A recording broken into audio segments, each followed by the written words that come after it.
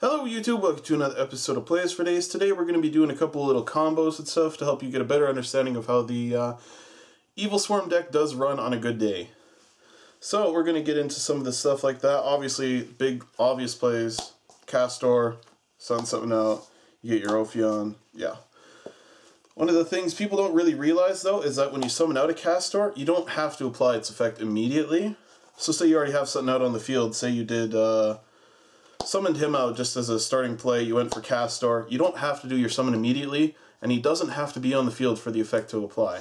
So if you wanted to, you could just throw those two together, throw out your Key Beetle, throw out your Ophion, do whatever, and then if for some reason he gets wiped off the field, you could go, oh, well, I want my Thunderbird just to summon out again. Or a Cerceon or Kirkion, whatever you call him. Yeah, and because if that went to the grave, you could do your normal summon as Cerceon, banish your Ophion since you don't really need it anymore, whip out something else. If you do the Castor from the grave like that, though, it doesn't get its effect. You only get to use his effect once per turn. So just keep that in mind. That's so sick that his effect still applies when he's gone. Yeah. But one of the big things, too, is to remember is if you used Castor and something else, say, to make Ophion, and it's in the grave, too, if you go Cerceon next turn, you can use his effect to bring out Castor. Castor gets its effect to do another summon. So you could easily set yourself up with 3 monsters just off of 1 summon. So a lot of people don't realize that, and it's just, oh, we'll banish, get the other summon. Castor is amazing to have in the grave, even mid-game, just because you get that extra summon with the Cerceon effect as well. And then his effect goes off, yeah. So nice. Yeah, one of the other big things to keep in mind as well, though, is if you go for the Castor and you're not really sure about the back row, you don't have a whole lot of protection, with the Mandragoras, you can use its effect more than once per turn. So say your opponent has 2 monsters, you could go like that, summon that out, throw the 2 together, make something else, do another special summon. As long as your opponent has more monsters than you, you can always special summon it, and you can even do multiple. If your opponent has 3 monsters on the field, why not? That'd be so funny. Yeah, so you have a busted hand. Say this is your hand here. Just go cha-cha-cha, go like that, normal summon that, throw the 2 together, make yourself an Ophion, use your Cerceon's effect, banish, normal summon, and you stick... That'd be ridiculous. Yeah, so a lot of people don't realize, but Mandragora can be used more than once, as long as your opponent has more monsters. So one of the things I actually did one time was I summoned out a Thunderbird, I ended up dropping a Mandragora. I can't remember, I think they destroyed one somehow, so it's just like, oh, well, okay. Just went into it again. It might have been a Gores, actually. Somebody dropped a Gores or something, it's just like main phase 2, Mandragora, go into it, and then had that Ophion in a face-down dress. Great stuff, great stuff. And the reason why Ophion is such an amazing first turn card as well, if you do go into the rabbit play, just get the rabbit out of there, and you're like, oh, well, I want 2 vanillas. You go into whatever you like. It doesn't matter. Say it's the Ophion, they go Solemn Warning. Well, okay, whatever. Easiest Dark Arm Dragon in the world. A lot of people don't like to play him. I don't understand why not. When you got somebody like this, you can manipulate your grave, manipulate how many darks you got in there. It's amazing.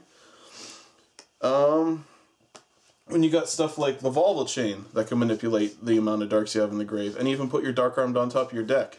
It's amazing. When you have a Daigusto Emerald that can return stuff to the deck and manipulate the amount of darks you have in the grave, it's amazing. So easy, just drop that Ophion, he dies, Dark Armed. But the greatest part about it too is if you whip out that Dark Armed, you go for Volval Chain, you got 2 more darks in the grave to banish. It's just so disgusting.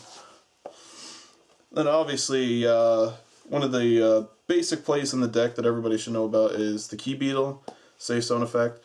Very, very difficult to get rid of. And then if you do something like Evilswarm Ophion as well, Key Beetle protect the Ophion, well, you're sitting pretty well right there. Yeah, that would be very hard to get over. Yeah. And you'd have to get rid of this, and then get rid of Ophion. Yeah. So it's like you got 2 big problems. So that's one of the strongest lockdowns in the deck, if you can actually get it going. And like I said, if you're doing the whole like Mandragora plays, Cerceon, the Castors, it's not really that hard to get it. You have 4 monster field going. Just need that safe zone. One of the big exceeds that a lot of people take for granted in this deck, I think, has got to be the Paffy Operative, though. Like, when you whip out those monsters so easy, you get those Cerceon plays with the Castor plays, get into something else. Like, you got 3 monsters there. If you had anything else, you could go into your Ophion, go into Paffy, switching it from the defense to attack, reducing it by 600. I've won games because of that. Oh yeah, you just push for game, yeah. It is such a great card for pushing for game. And you have that other monster still to hit them with after. It's so good. So those are the decent plays. Obviously, there's important cards to have, like the Infection and whatnot. Infection saves your ass from friggin' everything. The Forbidden Dress, which it took me a really, really long time to realize the potential for it in this deck. I would not run it without it anymore. Obviously, Torrential's amazing in here. And then you're going to need the breakthrough skills, whatnot.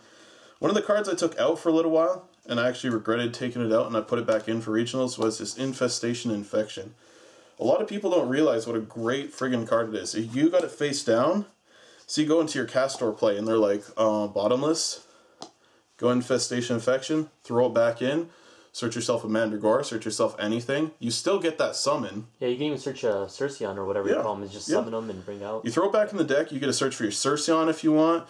You get to search for your Mandragora if you want, because if you're going second, they're going to have their monster, special summon, and you get another normal summon, you can do your Cerceon play. And then you can bring out a third if you really had to. That's why this card's great. It's just a great little dodge out type card. It's a trap card, so you can activate it in response to any normal type trap card, any normal type spell. It's a phenomenal card, and it's chainable. So if any of your monsters is about to get screwed, why not get a free search out of it? It's continuous too, isn't it? Yeah, so you could use it every turn if you want. If you summon something out next turn even, and they're like, well, I want to bottomless it again, just go, okay, I'm going to shuffle back in, get another search. Yeah, it's almost like they minus. I mean, you use a summon, but they minus. Yeah, it's a really nice life-saving type card. And a lot of people don't really get that, but again, I wouldn't run more than one, just because you don't want to be sending them back. You want your searches, but you need that field presence as well. Yeah. So, if you're planning on running Evilswarms, I would definitely suggest trying this card out, because it's just phenomenal. And I think that's just about it for the combos I could really tell you about. The rest of the stuff in the deck is pretty self-explanatory. Breakthroughs, Infestation, Infection, Fiendish Chain. Dark Hole, using your Infestation to protect all your guys. Obviously running the Reinforcement to grab your Castor, because those plays are amazing. I don't think there's anything really spectacular in the extra deck either. Black Ship of Corn won me the game that one day, but other than that, crazy box if you are running that Eradicator Epidemic and you don't want to sacrifice a Ophion. Plus it's a wall. Other than that, I think the deck is pretty self-explanatory. But yeah, once you really know how to play the deck properly, it really opens up a lot of nasty, nasty things, because you can bait out a lot of things with a 1750 attack. It's just 1750, but you start attacking with it, and people start to get worried. You start throwing out that Thunderbird that can banish at any time, people are going to get worried because they're not going to know what to do with their back row. They're going to have to start trying to chain it in order to save themselves. And that's when you know you got a safe spot to open up with Ophion. That Ophion, too strong. Yeah. Like, trust me, the 4-star beatdown is what won me a lot of games, just because people are waiting for that Ophion. Sometimes you just beat them down. Or at least get the damage in first. Yeah. Like, I smacked so many people with Mandragora because they didn't want to waste their traps on it. It was so funny. So yeah, that's the basic gist of it. If you got any other nifty combos you want to mention, or if you got any other neat deck ideas, always open to the idea. But yeah, that's basically the way you run it. Dark Armed is like almost necessary in there. Rabbit is still definitely viable in there. I would still run the 3 Heliotropes regardless. Castor is like the ace of the deck. He makes plays happen, same with the Cerceon. If you get those two together, you have a 3-monster field almost guaranteed. But yeah, so those are some of the basic combos. If you want to run the deck and you're not sure exactly how to play it slow sometimes. But the Cerceon effect too, I forgot to mention as well. If you banish, get that search to add to your hand, you don't have to do that summon right away, but he has to be on the field to activate that effect, so that's one thing to keep in mind as well. But yeah, sometimes it's good to poke down. Dark Armed is always a fantastic card unless you open up with like one monster, then it kind of sucks, but... It's pretty easy to go into, game. you were saying, so... But that's a basic gist of it, so, I guess we'll be wrapping up this video, and we'll see you next time. See ya.